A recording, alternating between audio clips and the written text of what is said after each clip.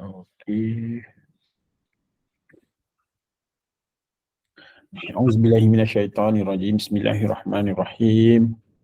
Assalamualaikum warahmatullahi wabarakatuh dan salam ya subuh an-nadi pada pagi ini.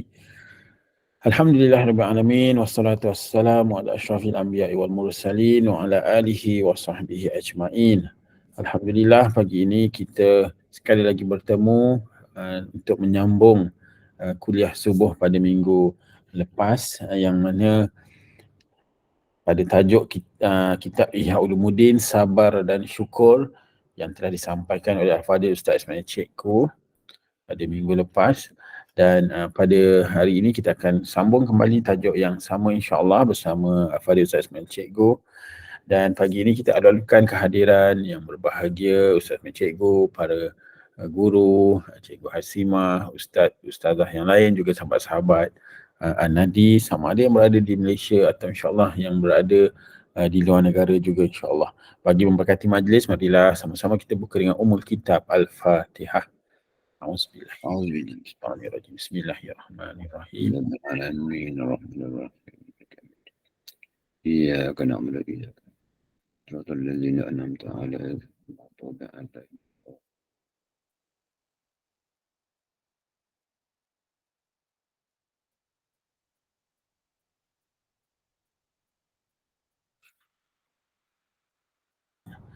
Dan untuk itu majlis dengan ini menjemput Al-Fadhil Ustaz Ismail Cikgu untuk bersama menyampaikan perkongsian beliau. Tafadhal mashkur. Silakan Ustaz. Terima kasih. Assalamualaikum warahmatullahi wabarakatuh.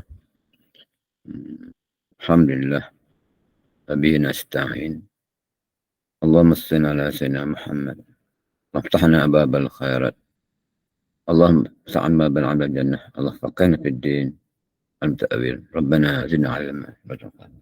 Terima kasih Datuk Presiden Ridwan, Tuan Syemah, Seslinda, Tuti, Aswad, Rayuni, apa lagi yang lagi? Alhamdulillah. Nanti biasa pengisahan saya ringkas saja dan saya banyak peluang pada untuk soal jawab. Alhamdulillah. Macam Seslinda hikmah apa ni COVID dia boleh tanam pokok-pokok. Bagi saya hikmah banyaknya ada online lah. Seminggu je semua 7 online. Semua 7 online. Satu ada pagi Jumaat, ada yang lain juga malam 7. Kalau tak di rumah dia. Bukan semua di rumah tapi itu yang boleh buat. Kalau dulu tak dapat bergerak, sekarang alhamdulillah syukurlah. Amat untuk menggunakan teknologi ini kita gunakan. Cuma begitulah, saya tidak banyak bercakap. Perempuan saja untuk bincang. Tajuk hari ini kita sambung yang lepas, sabar dan syukur. Tapi kita masih sabar lagi. Bersabar lagi, tak syukur lagi. Minggu depan insya-Allah syukur. Atau minggu depan. Bulan depan insya-Allah. Saya mulakan dengan ayat Quran berkaitan. Pertama surah sabar melakukan ketaatan. Ada 3 perkara. Sabar melakukan ketaatan, sabar melawan maksiat, dan sabar menghadapi musibah. Yang pertama, ketaatan ini perintah Allah Ta'ala yang kita semua hafal ayat ni. Ya bunayya aqimis salah wa'mur bil ma'ruf wanha 'anil munkar wasbir ala ma asabak inna dzalika min azmi umur.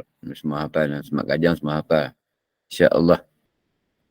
Ya bunayya. Surah kemana? Ya bunayya, wahai anakku. Anakku ini bukan anak kita. Semualah. Siapa bunayya ni nisbah kepada Luqman bin Hakim. Luqman masih pada anak dia. Anak dia itu kita lah. Malah Luqman bin Hakim tu dibincang oleh pasal siapa dia. Dia seorang manusia kah? Atau seorang nabi kah? Ataupun tak sebut siapa dia, tapi dia orang yang hakim, orang yang bijaksana. Siapa saja. Ya bunayya itu umum sebagai kita. Perintah pertamanya aqimus salah. Qama yaqum aqama. Aqama yaqum, tegakkan salat. Kalau zakat, wa atu zakah. Kalau haji, atimul hajj. Spesialnya solat aqim, qama yaqum, ditegakkan. Itu lain sikit pada perintah-perintah lain. Kalau puasa, kutiba terus. Allah diceritakan kenyataan gitu. Benda perintah. Kalau zakat, adu zakah. Kalau haji, atimul hajj. Tapi yang spesial solat ni, aqim, qama, tegakkan. Itu sebenarnya. Lepas itu, wa'amul ma'ruf. Ajak ma'ruf. Wanil munkar, cegah munkar.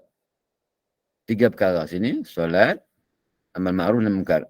Lepas itu datang perintah, wasbir. Aqim, wasbir.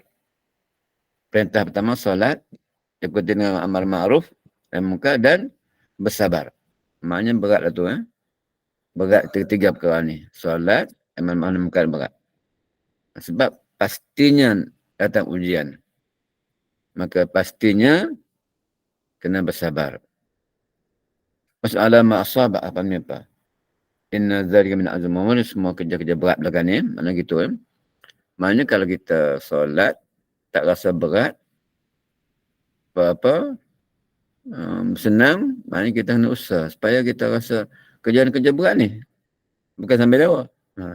Dah solat dah. Dah solat dah. Dah solat jemaah dah. Dah solat subuh macam Jumaat dah. Tak rasa berat tangan kat tangan tu. Asam tu tak kenal lah. Asam berat sebab tanggungan kita. Tahu tempat itu solat subuh macam Jumaat. Dia buat lakukan satu. Kamu bahagia di mana? Bukan berbangga dengan kampung orang lain. Bergambar di Masjid Muhammadi. Bangga dia di masjid Maluh. Di mana apa berlaku belakang bahagia. Itu berat. Maknanya gitulah. Kalau kita dapat solat berjamaah subuh atau mana sebab, kita bergembira, kita puas hati. Tak cukup. Kita mesti lakukan satu orang lain. Macam mana kawan saya, kawan anak-anak kita, kawan kita. Ini betul berat. Gitu maksud berat. Wallahualam. Ini berat. Amal ma'ruf munkar pun tak mudah. Aku dah sampaikan ceramah, dah sampaikan tausiah, dah sampaikan tazkirah, sampaikan apa-apa. Dia, kalau kita relax, itu ada satu. Bukan minta-minta diuji, tidak. Kerja-kerja berat, mesti diuji. Nak ngajak buat baik ni bukan mudah. Pengalaman saya masjid suruh pun, ya Rabbi, susah tu go. Minggu lepas, saya cerita kau kata, saya solat. Jumat. Biasa solat Jumat selalu dia dalam. Akhirnya tak apa silap badan, batuk-batuk dokumen kat luar.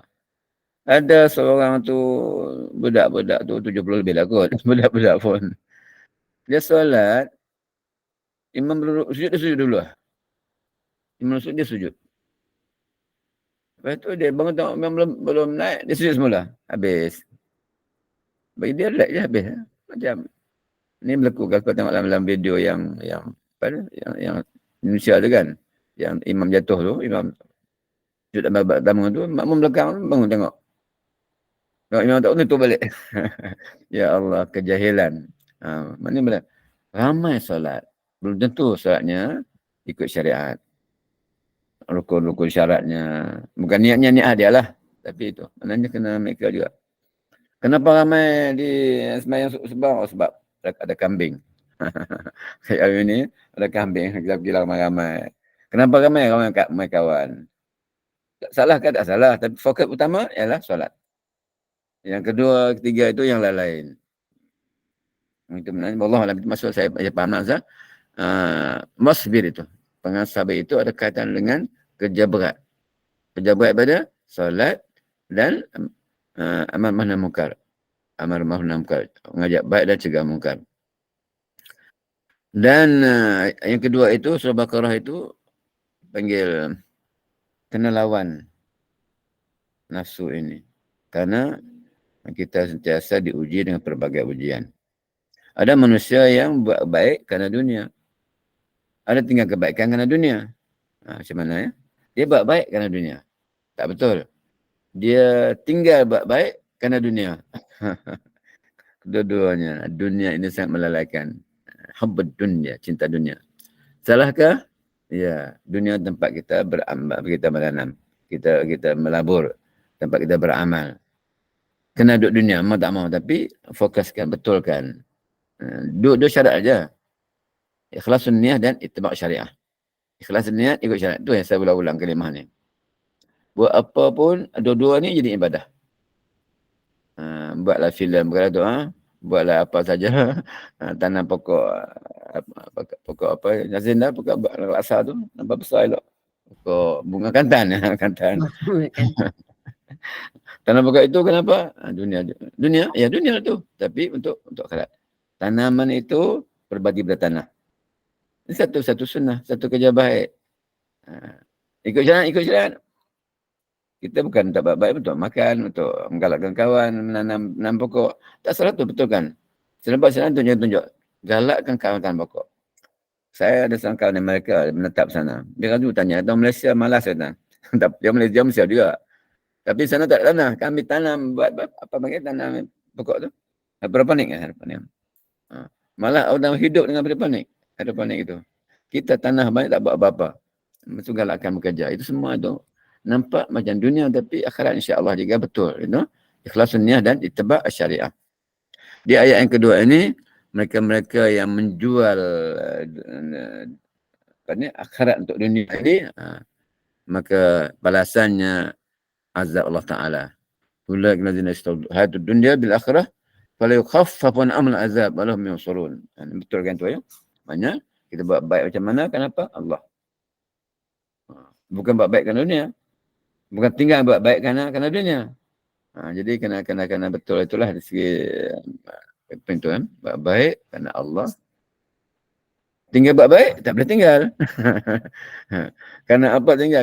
Kena lakukan kebaikan. Cuma takat mana kita lakukan. Saya masih mengajar sebenarnya satu kolej di Shah Alam tu. Tapi saya tak pergilah, saya online aja.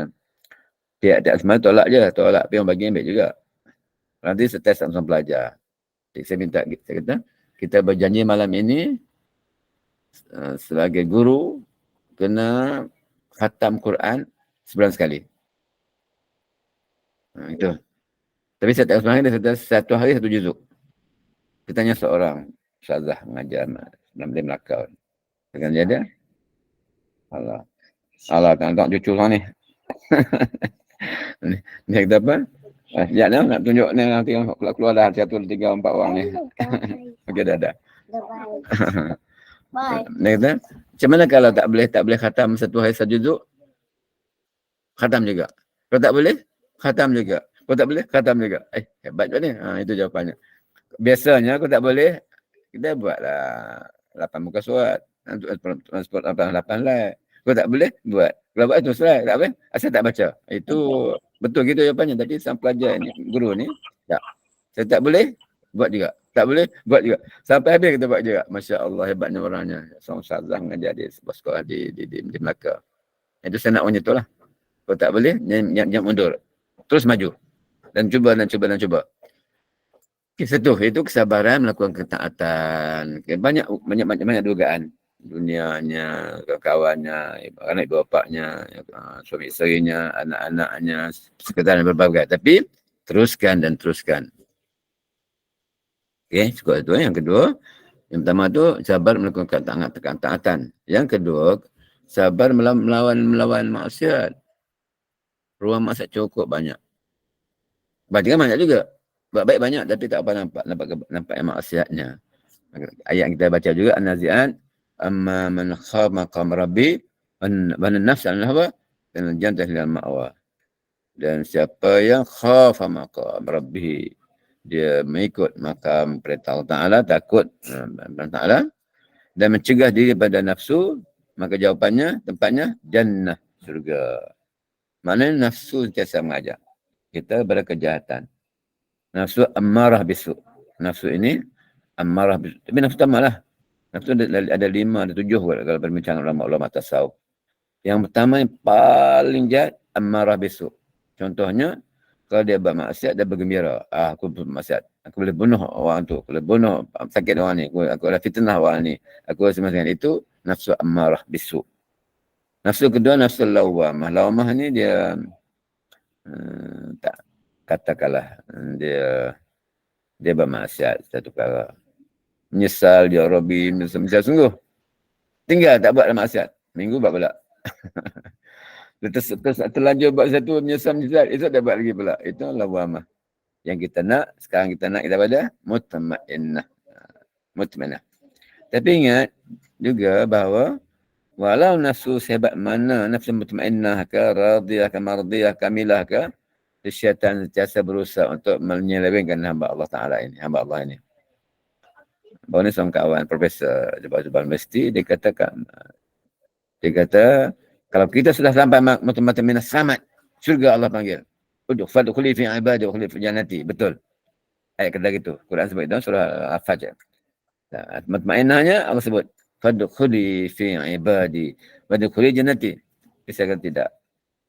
Saya kata gitu. Ya, syaitan sentiasa menggoda. Setinggi mana makam dia, dalam makam sufi, makam apa saja, syaitan tidak pernah berehat. Syaitan tak naik pesan. Dan tidak pernah putus asa. Sampai di wadi Allah pun diselewengkan. Dalam Al Quran kita sebut kisah Bala'am bin Ba'ura. Bala'am bukan sebarang orang. Sangat hebat orangnya. Dan Musa tahu dia bahawa ni orang hebat. Tapi akhirnya dikecundang. Kenapa? Syaitan. Maka sebab itu, yang relax. Aku dah pandai, aku dah buat ibadah banyak. Itu syaitan lah tu. Bila kata kita dah hebat, kita sekarang itu syaitan masuklah. Habis. Jadi banyak lagi tokoh-tokoh. Wali-wali Allah sekalipun yang relax. Lagi wali, lagi hebat syaitannya. Maka sebab itu, makam mana kita berada pun, kena sentiasa bersedia dengan kelengkapan senjata-senjata melawan musuh ini. Senjatanya bawa, buat inna zina qalu rabbuna Allah semastaqamu. Istiqamah. Istiqamah ni macam mana ya? Kalau kita maksud, alhamdulillah maksud. Tak mau tanya siapa tak baca ni.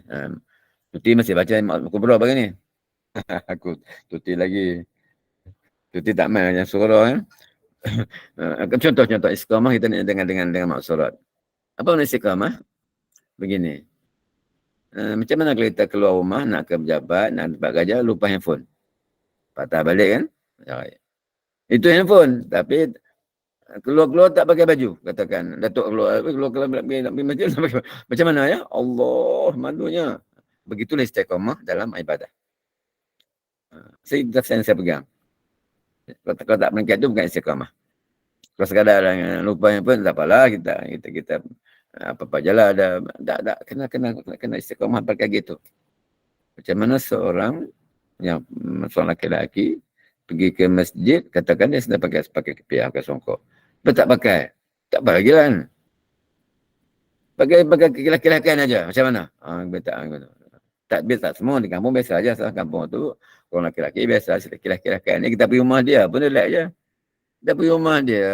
Allah nak salah. Laki-lakian berpusat aja. Itu laki-laki.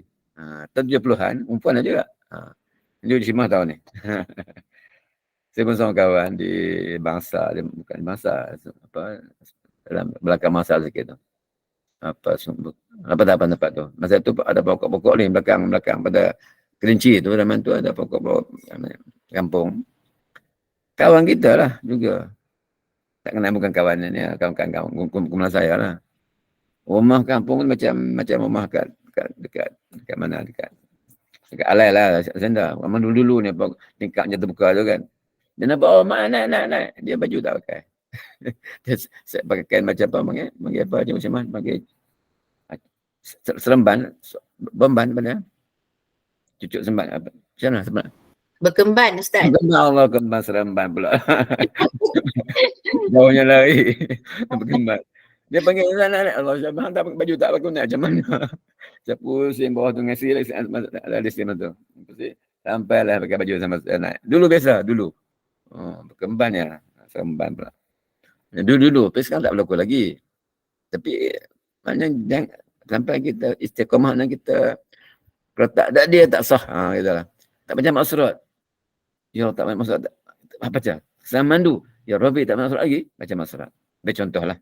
Jadi istiqamah itu. Kalau amal istiqamah itu tanazul malaikah. Tatanazul alaihim malaikah. Malaikat membantu kita insya-Allah.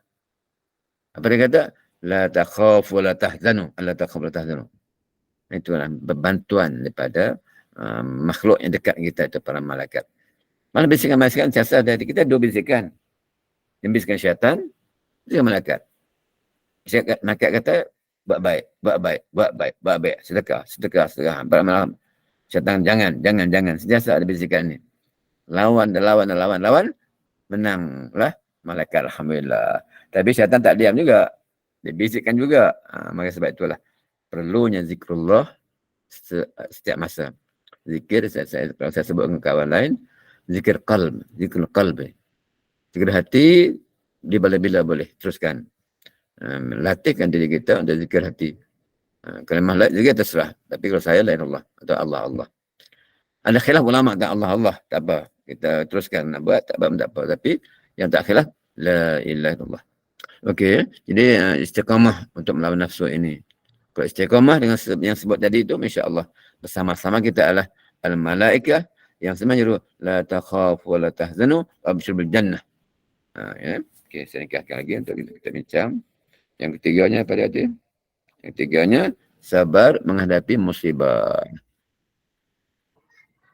Musibah terberat, terbesar dalam yang nanti kita ada forum kan, insya-Allah tentang Palestin ini. Saya ikuti zaman Palestin ini, zaman Arafat lagi ya. Arafat. Kita pernah beri bantuan macam-macam. 70-an, saya ingat 77 gitu. Maksudnya kempen besar-besaran buat di Kambaru. Kambaru kan saya mana. Masa tu kita kempen sampai kami ibu dijual ke apa. Gadai emas, macam-macam bantu Palestin.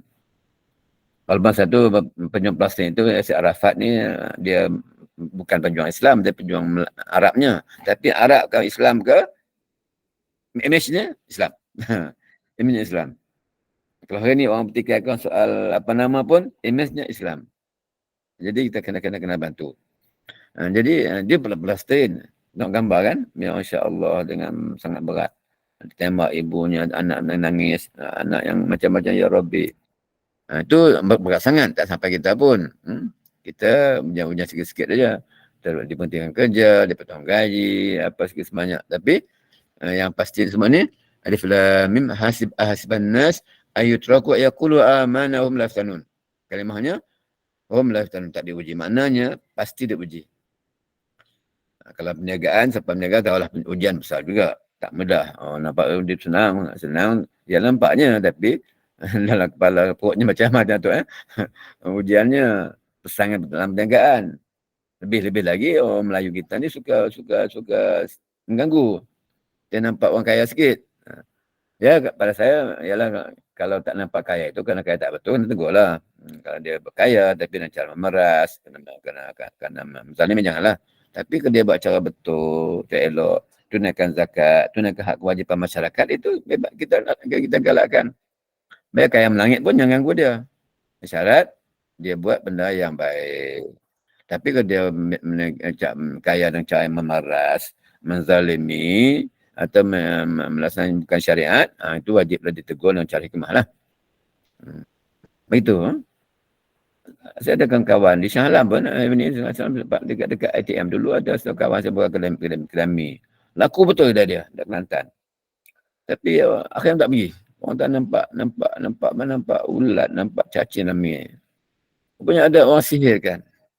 Pun ada juga. Melayu itu. Kalau Aswad dekat Meru pun ada satu kes dulu. Perempuan. Kahwin bahan pertama sudah disihirkan. Dia menjerit, dia sebut nama macam-macam. Sampai sekarang dah tua lah, dah pencen malah. Tapi nak ceritanya dia bukan umur 20-an, umur 50-an berdapat tahu makcik tu buat tu sihirnya. Kenapa buat? Dia bersuara macam makcik tu. Orang tak, kalau makcik ni, pergi tanya makcik tu. Dia mengaku, ya makcik buat. Makcik upah bermus siam. Bermus dalam mati. Kenapa buat? Kerana makcik nak dia nantu makcik. Tapi dia akan orang lain. Itu dia, orang Melayu kita ni. Betul memang kalau kedai Cina, kedai yang sama, jual sama, tak kacau pun kita Melayu gitu. Ini penyakit kita ni, tak habis bab tu. Ni bukan Melayu semua, ada yang baik insya-Allah. Jadi ujian pada kita berbagai. Kalau ayat yang bawah tu, Baqarah tu kita hafal pun. Wala nabluwannakum min khauf wal ju'. Allah uji kita dengan khauf, takut. Ju', lapar. Maksud amwal, kekurangan harta benda. Wal anfus, jiwa raga. Was samarat, hasil buah-buahan. Dan akhirnya, basyir sabirin, bintang gembira barang sabar. Sabar lagi lah. Maknanya, yang ketiga itu sabar menyambut musibah. Ini pun berat juga, sangat berat lah. Jadi, saya ulang semula, 3 perkara yang kita bagi ni, iaitu sabar melakukan ketaatan. Jangan turun. Saya pegang satu guru saya, petani. Untuk dipanggil kan Baba Mokti. Keluarga je lah dah meninggal. Isteri masih ada kan panggil Mama Azizah. Tapi tak panggil Mak Cik kat dia. Dia pegang gini. Kalau kita sudah dapat amal satu perkara, jangan turun. Katakanlah Cikgu Syimah, tak pernah tengok surat duha. Jangan kurang. Jangan tinggal. Alah hari ni sibuk, tak payah duha lah. Tak boleh. Ini sunat, bukan wajib. Bukan fardu. Tapi satu amalan yang kita mula buat, sunat, jangan kurangkan. Yang tinggalkan. Katakan siapa dia? Siapa nak kenal sini? Siapa yang saya kenal sini? Semua kenal lah. Tapi dah sebut nama ini. Tuti lah. Tuti senang sebut dia. Tuti tiap hari dia derma masjid RM1. RM1 sikit sangat. RM5. RM10 tak apa hati. RM10. Jangan kurang. Tiap hari RM10. Jangan kurang. Kalau kurang hari ni, besok ganda balik. Jika mampu. Kalau tak mampu, kena usaha jugalah. Kalau tak mampu juga apa dia buat? Maknanya, amal sunat yang dikurangkan. Kena usahakan. Buat kebajikan apa yang kurang. Kalau kurang itu, kita akan mudah kurang. Kalau saya, kata amalan saya, tiap-tiap semalam, saya solat sunat paling kurang 5 rakaat. Jangan kurang. Kalau kurang, besok ganti dengan duha. Ada apa-apa tambah lain. Itu kaedah orang sufi mendidik hati mereka untuk beramal. Ada orang guna kaedah nazar. Nazar. Contoh nazar macam mana? Oleh kerana dia nak melatih diri dia baik. Ya Allah, jika rezeki ku tahun ni, Allah beri rezeki sekian-sekian, aku nak buat beli kapet di masjid dekat kampung aku. Gitu, niat dia, nazar dia. Ya Allah, jika perniagaan aku berniaga sini, beli kapet.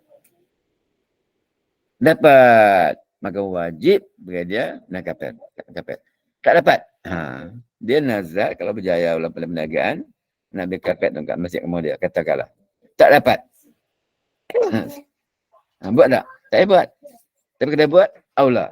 Sebab kalau dia buat juga, dia faham bahawa dia bersyukur kerana Allah tak bagi apa yang minta, dia Allah bagi yang lain yang dia tak nampak. Dia tak dapat pun target sekian-sekian itu. Tetapi lebih sihat pada dia. Dia berkesenangan, kelapangan, itu lebih besar pada pendapatan yang dia target. Dia bagi juga apa ni itu lebih aula, lebih utama.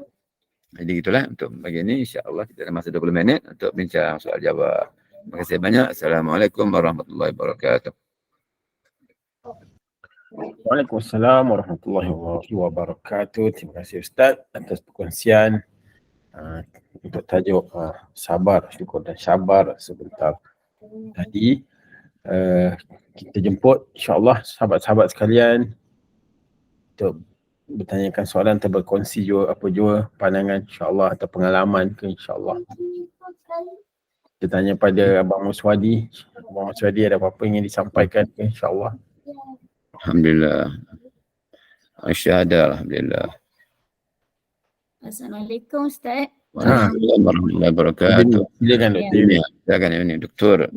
Boleh nak tanya sikit ni, saya ada yalah kita kadang kita ada daripada Sahih Bukhari, kalau tak silap lah saya baca kan, tapi tak tahulah kalau tersilap sumber, dia cakap sabar itu pada pukulan yang pertama.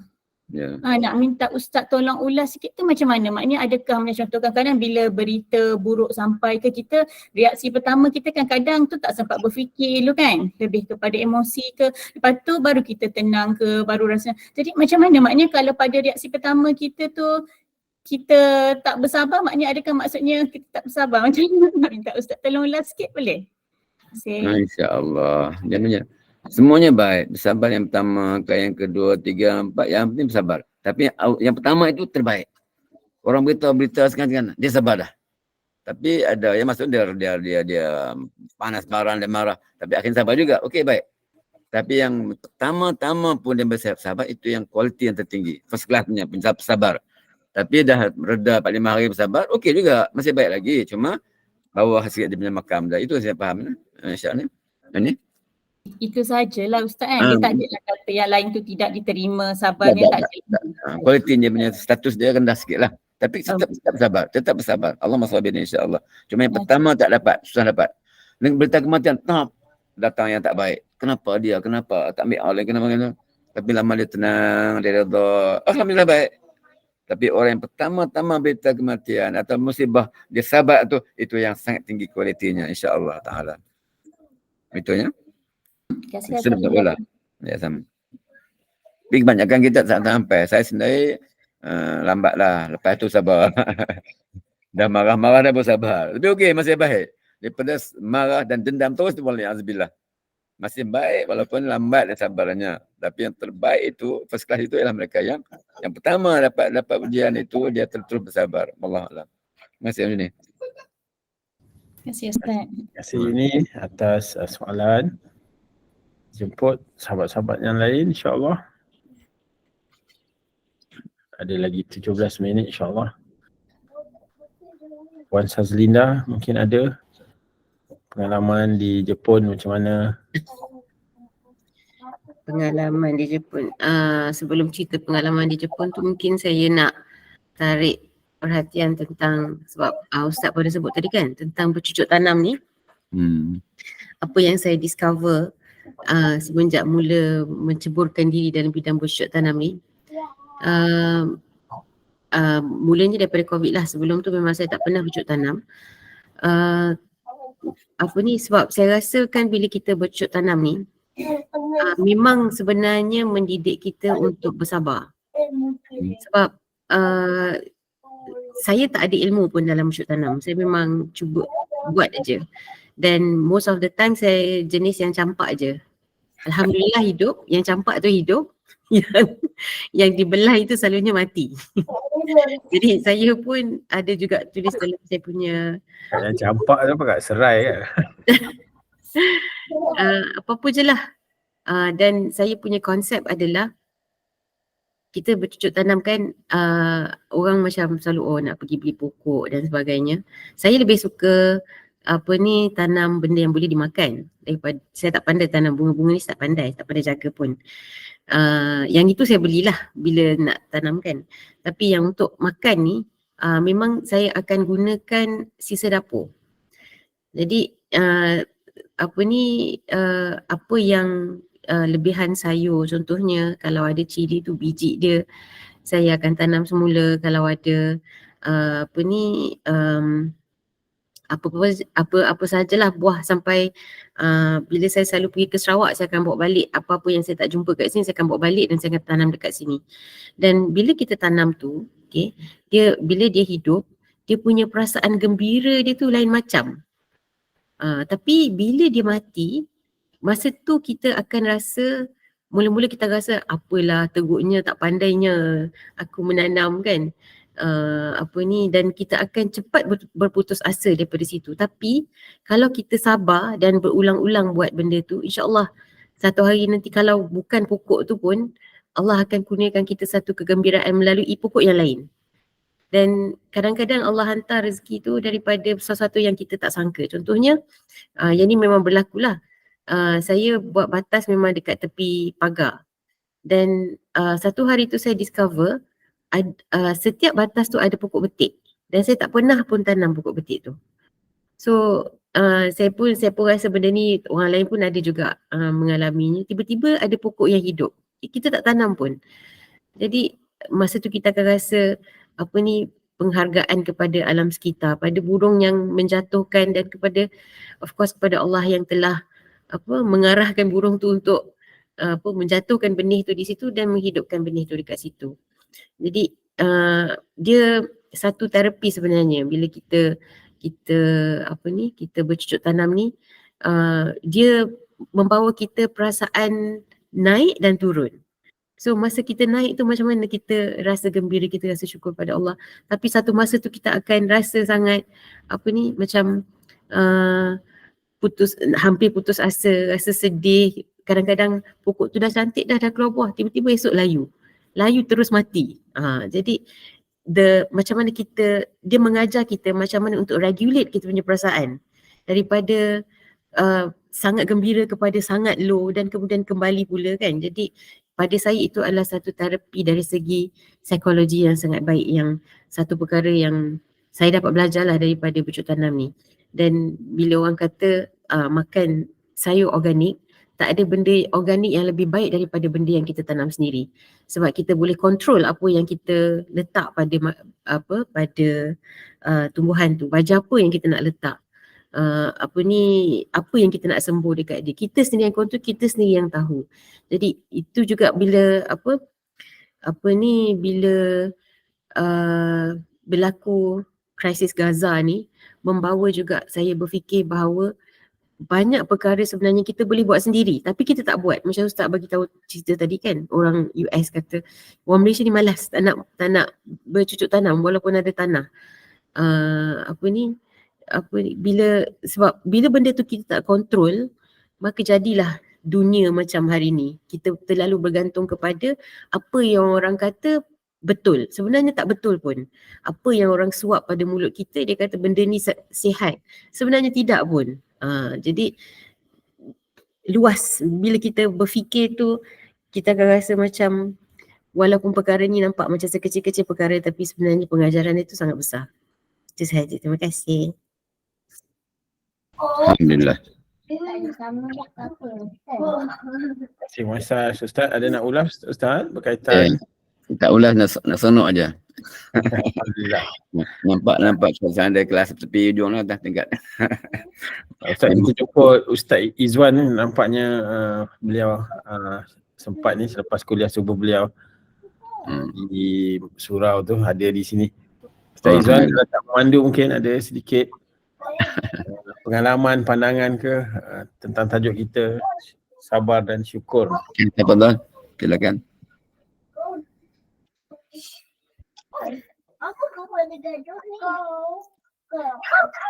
Oh, tengah drive. Ustaz tengah drive Ustaz? Kalau tengah drive tak apa Ustaz? Ada kan? Ada ya? Nak sampaikan? Saya nak tanya soalan boleh tak lepas Ustaz Izwan? Belum saya lupa. Okey, silakan. Assalamualaikum warahmatullahi wabarakatuh. Assalamualaikum. Yang bahagia saya sebagai cikgu dan semua para guru dan semua sahabat-sahabat An-Nadi.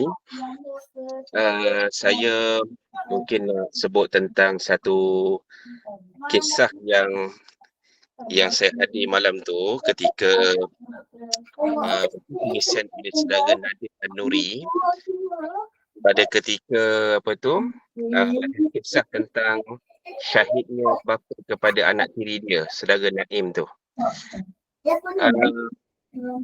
Naim ni anak tiri dia yang sekarang ni dah usia 21 tahun, dan ketika syahidnya bapa dia tu pada usia 8 tahun. Malam itu setelah 6 bulan bapa kepada Naim ni tak balik sebab dia tentera Brigade Al-Qassam. So dia balik, dia beritahu kepada anak-anak dia ni, ada 5 orang semua termasuk Naim ni yang waktu tu berpaling sulung 8 tahun. Dia kata aku akan mati syahid esok. So bayangkan 6 bulan tak balik, malam tu balik hanya untuk beritahu yang aku akan mati syahid esok. Yalah, budak 8 tahun mungkin dia tak faham apa. Esoknya dia mandi pantai bersama dengan kawan-kawan yang lain. Bila dia balik rumah, dia kata orang ramai dah penuh kat rumah dia. Jadi waktu tu dia tanya, kenapa ni ramai-ramai ni? Pakcik dia beritahu, ayah kamu dah syahid. Jadi dia tanya pula, di mana jenazah ayahku? Aku nak cium peluk dia. Jadi pakcik dia tunjuk satu plastik. Kata pakcik dia, sebenarnya ayah kamu telah dibom, badannya hancur berkecai, dan dalam plastik ni ada cebisan-cebisan daging daripada jasad ayah kamu. So saya nak ceritanya, maknanya dalam hidup ni sahabat-sahabat semua, para asatizah kita, kita kena syukur banyaklah dengan apa yang kita ada dekat Malaysia ni. Walaupun dalam keadaan kita kata kita aman, kita mudah ke mana-mana, tak macam di Gaza, Palestin. Tetapi dengan sifat syukur tu sebenarnya akan bantu kita untuk menjadi orang yang lebih kita kata menghayati kehidupan dan akan ada rasa nak tolong orang yang dalam kesusahan. Suatu bila hari ni kita tengok di ICJ, International Court Justice di Hague, Belanda, yang bawa kes untuk dakwa Israel ni adalah Afrika Selatan. Bayangkan, bukan sebuah negara Islam, tetapi mereka yang sangat bersungguh mengatakan Israel sudah melakukan genocide, maknanya pembunuhan beramai-ramai di mana negara Islam. Jadi yang ni saya kira boleh sama-sama kita jadikan renungan bersama. Mungkin orang sekarang ni negara Arab ialah Qatar tengah jadi host kepada Piala Asia. Jadi mungkin sibuk dengan bola apa semua, tapi nak ceritanya dalam waktu yang sama Afrika Selatan menjadi wakil kepada seluruh negara lain di dunia untuk dakwa Israel di ICJ. Dan ini bagi saya satu tamparanlah kepada negara Islam yang tak mampu berbuat apa-apa ketika sahabat-sahabat kita di Palestin masih diratah oleh tentera Zionis Israel. Jadi itu saja Ustaz daripada saya. Wallahualam. Alhamdulillah, syukran. Alhamdulillah, terima kasih Ustaz Izwan atas perkongsian ya. Memang tepatlah apa yang Ustaz Izwan nyatakan di situ untuk renungan dan tindakan kita bersama. Ustaz Ismail ada nak tambahkan? Silakan. Saya nak tanya. Saya nak tanya apa tadi? Puan Sazlina, mikrofon on kan. Yang saya nak tanya tu tak ada kaitan dengan cerita Okey, tak- Palestin sebenarnya. Tak apa. Kalau Ustaz nak ulas silakan ulas dulu. Tak apa, ambil lah. Silakan langsung tutup sekali. Okey. Soalan ni semalam bila saya postkan tentang saya beli baja tahi kambing. RM20 satu. RM2 satu sebenarnya. Ya. Ada kawan saya yang PM tepi. Dia kata urusan sebenarnya urusan jual beli najis. Maksudnya baja tu berasal daripada najis kan. Ni sebenarnya kalau dalam mazhab Syafi'i tidak dibenarkan. Tapi kita kena tukar akad tu daripada jual beli kepada kita memberi upah kepada orang tu untuk maksudnya menyiapkan baja tu untuk kita lah. So saya sebab perkara ni pertama kali saya dengar dan dia ada juga bagi link daripada Mufti Wilayah Persekutuan ada bincangkan tentang tu, tapi sebab perkara ni first time saya dengar, mungkin Ustaz boleh ulas sikit ke? Yang anda baca apa link yang Mufti kata, dia kata apa? Dia kata dalam mazhab Syafi'i dia tidak membenarkan, sebab cerita dia adalah macam zaman dulu mungkin ada dia jual beli daripada contohnya benda-benda yang najis lah maksudnya. Jadi Rasulullah tak benarkan. Tapi tu dia tak cerita tentang benda yang telah dijadikan baja lah maksudnya. Tapi bila dibahaskan dalam mazhab Syafi'i katanya adalah baja yang berasal daripada najis binatang tidak dibenarkan untuk dijual beli. Tidak boleh berjual beli. Ya. So, Kita minta sikit Jakim bantu sikit. Ilwan, Dr. Ilwan. Sebelum saya jawab Jakim dulu. Pak Jakim ada. Dr. Ilwan tolong jawab sikit. Saya kena tengok link dulu lah. Syaz, saya tak pasti. Itulah kejap Okey. Saya kurang arif, nanti saya kena sembang dulu Ustaz. boleh. Sebab saya pun first time dengar. Okey, tak apa. Kita make Gaza dulu. Gaza memang sikit siapa nak tulis bahas sebut dengan kawan. Memang tak bawa Afrika pula yang ke depan. Arab lagi tak berani sebab dia dekat tadi semua dah. Melayu masih berani alhamdulillah. Indonesia masih kuat. Cuma tak sampai kat saman lah, tak mahkamah lah macam mana pun insya-Allah. Dengan mula satu itu saya yakin akan ada yang bantu. Ada ikutnya insya-Allah taala. Moga-moga. Apapun yang pertama ingat, kalau kita mengharapkan manusia, Allah serah pada manusia.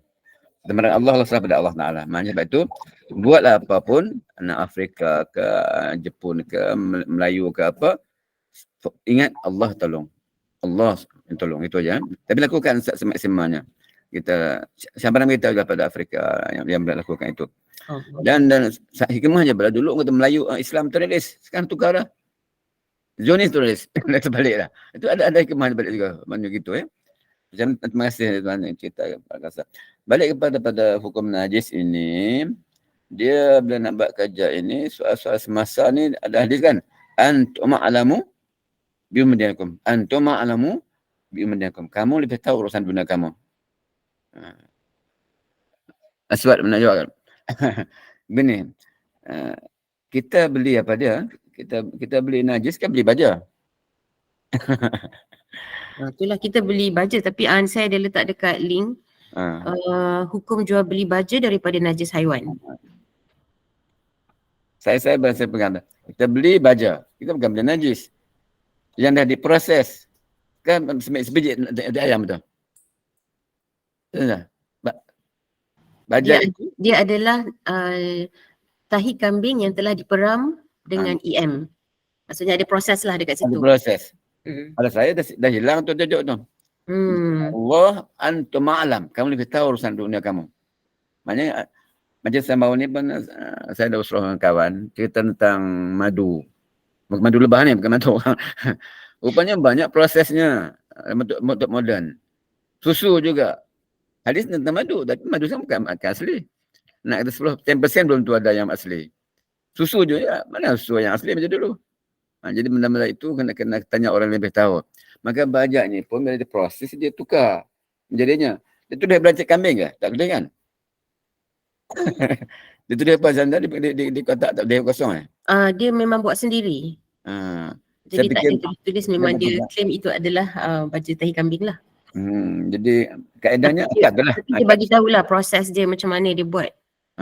Ada proses lah. Allah macam mana pun kita rujuklah pada yang biasa. Saya pegang itu. Banyak benda-benda yang fake ini sangat luas. Fake sangat luas. Tak boleh. Dulu contoh saya senang buat lah. Saya orang tegur saya selepas main subuh. Ini mungkin saya menceritakan juga ni. Orang tegur, saya betul kursus kerajaan, kursus kementerian. Kita Tuan Haji mengaji. Sembayang tak sah. Allahu Akbar. Lepas sembayang dia kata tak sah. Saya kata sebab apa? Sebab Tuan pakai ni. Kau perasan tak kita pakai yang kecil tu? Mikrofon tu. Apa panggil apa je? Tak apalah nama tu. Kenapa dia kata sebab Tuan tahu kan dia tali wayar sampai datang tikus. Oh selamat saya. Saya kata kita pegang apa, kita bergerak tak bergerak, kita tak menanggung.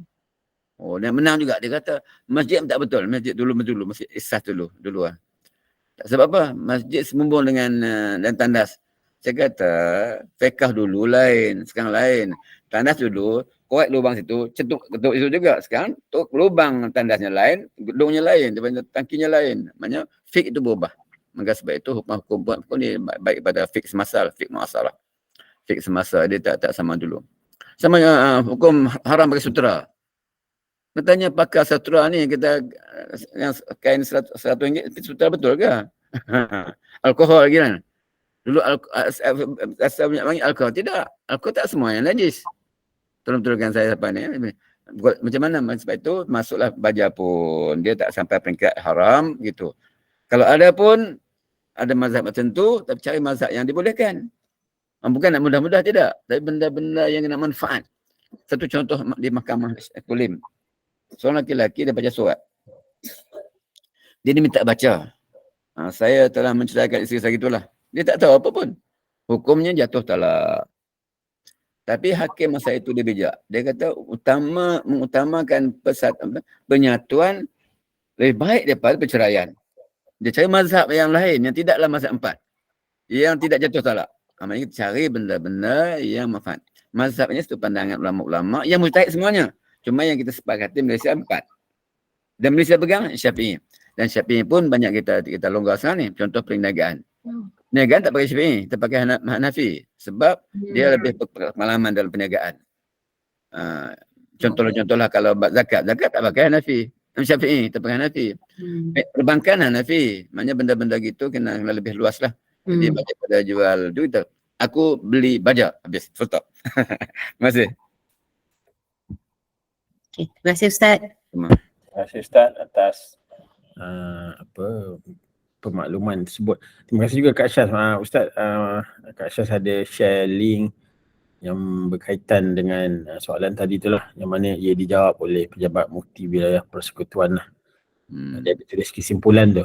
Tuntasnya kami nyatakan bahawa sememangnya pandangan mazhab Syafi'i mengharamkan jual beli najis dan ia termasuklah baja daripada najis haiwan. Namun demikian di sana ada pengecualian dan alternatif atas dasar maslahah di mana Masalah.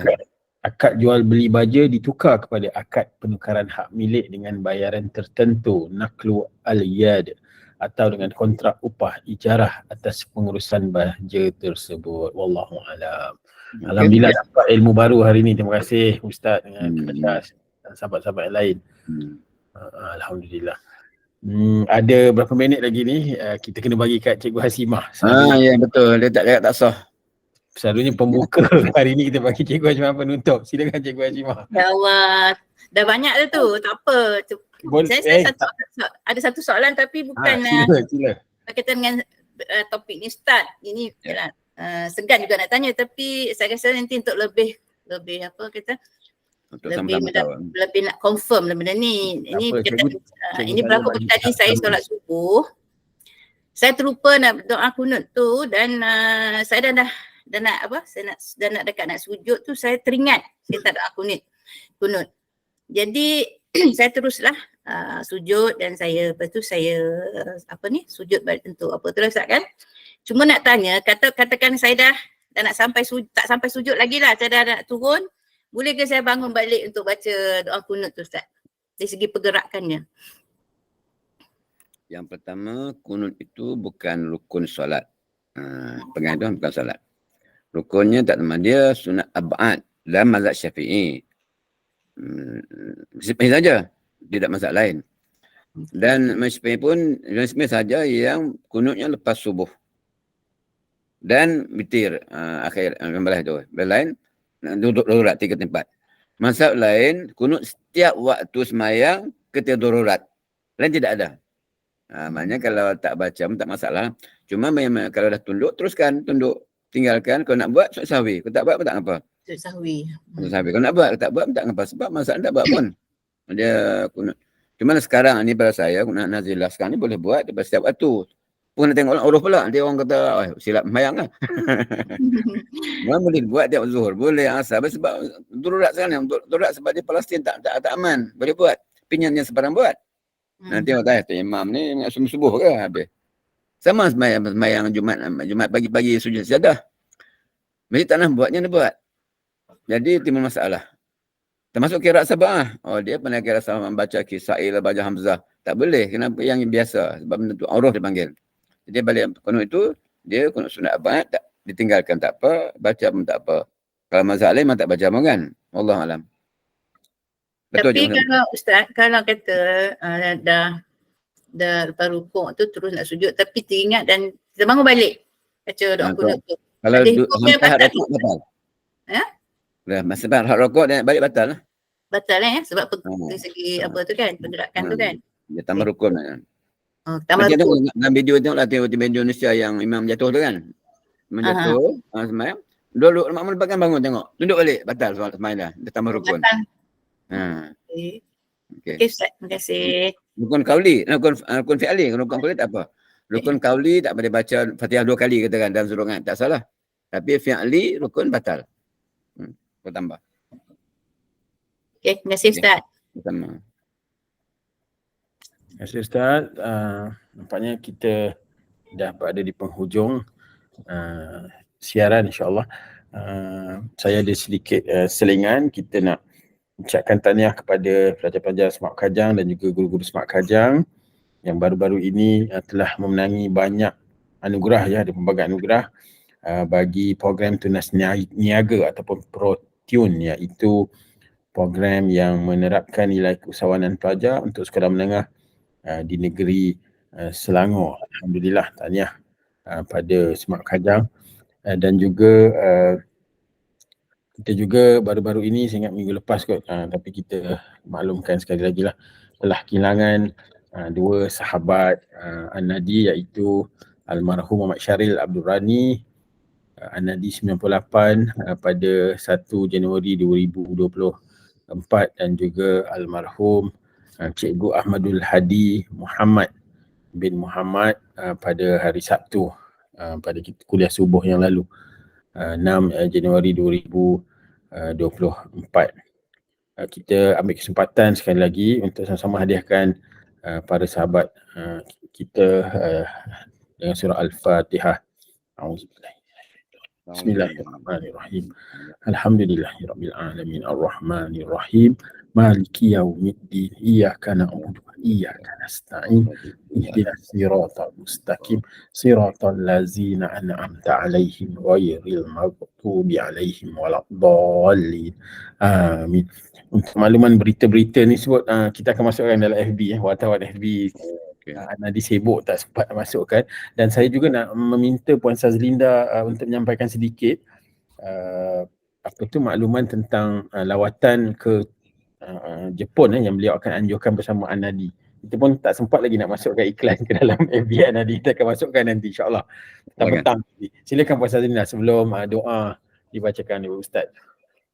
InsyaAllah pada cuti sekolah bulan 5 nanti daripada 26 hingga 30 hari bulan 5 saya akan anjurkan satu lawatan ke universiti di Tokyo. So plan dia adalah, sebab saya dah buat ni 2 kali, so ni adalah kali ketiga.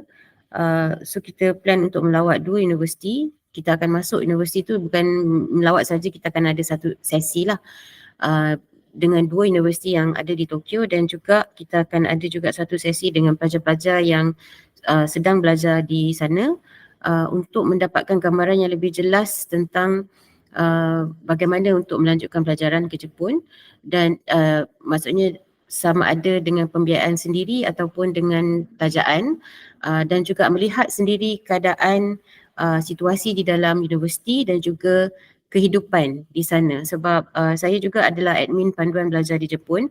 Saya yang buat sendiri sebenarnya. Actually itu untuk anak saya, tapi untuk kumpulkan maklumat, tapi sekarang ni alhamdulillah telah menjadi pusat untuk share maklumat. Jadi untuk sesiapa yang berminat, sebab sekarang ni saya nampak trend dia adalah ramai yang berminat untuk hantar sendiri anak private. Jadi dia cuma sebab semua tak tahu macam mana nak buat. Jadi untuk tahun ni insya-Allah tu projek saya untuk memberi share lebih banyak maklumat tentang tu. Jadi jika ada sesiapa yang berminat boleh hubungi saya. Boleh juga pergi ke panduan belajar di Jepun. Trip tu insya-Allah confirm, sebab kita dah adalah beberapa orang yang dah ready untuk beli, dah beli tiket pun sebenarnya. Saya je tak beli tiket lagi, tapi insyaAllah saya memang akan berada di sana lah. So ini adalah nombor telefon saya, boleh contact saya di WhatsApp, ataupun boleh je kalau ada berada di dalam grup Anadi, WhatsApp grup Anadi, boleh juga bertanya di situ. Ada. Ada tu. Terima kasih Puan Saz, nanti masukkan juga dalam grup Anadi terus. Sementara nak tunggu saya sebagai antara wartawan masukkan dalam FB Anadi, insyaAllah. Terima kasih Puan Saz. Cikgu Nur Ainun nak join, insyaAllah. Nanti kita minta tuti uruskan untuk Cikgu Nur Ainun dan Cikgu Hashimah macam gaya nak pergi tu, cara senyuman beliau ni.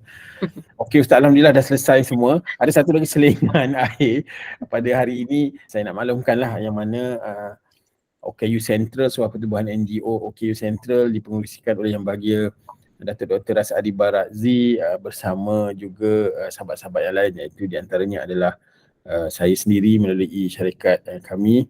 Kita ada anjurkan Peace in Solidarity for a Ceasefire on the Global Day for Action on Gaza pada pagi ini, yang mana kita jemput sahabat-sahabat OKU lah untuk menunjukkan tanda sokongan ke atas Palestin pagi ini secara aman, yang mana kita akan ada buat forum yang dihadiri oleh Yang Bahagia Tuan Dr. Mahathir, oleh Encik Nadir Nuri, Persatuan Cinta Gaza Malaysia, Encik Shadi Salim, Palestinian Brother, dan dimoderatorkan oleh Datuk Rasadi Barakzi lah, yang akan diadakan pada hari ini 10.30 pagi di KL PET di Sentul.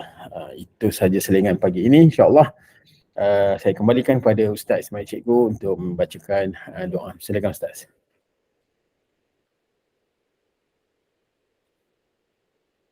Ustaz mikrofon. Ya. Al-Fatihah. A'udzubillah. Alhamdulillahil alamin ar-rahman. Iyyaka na'budu. Shiratal ladzina an'amta 'alaihim maghdubi 'alaihim. أعوذ بالله السميع العليم من الشيطان الرجيم. اللهم إن هذا نهارك ولبلادك أسود فاغفر لنا. اللهم اغفر ذنوبنا وكفر عنا سيئاتنا. اللهم انزل الإسلام والمسلمين. اللهم اعز الشرك والمشركين. اللهم انصرنا وانصر أخوان المسلمين والمجاهدين المستضعفين في فلسطين وفي كل مكان كل زمان يا رب العالمين.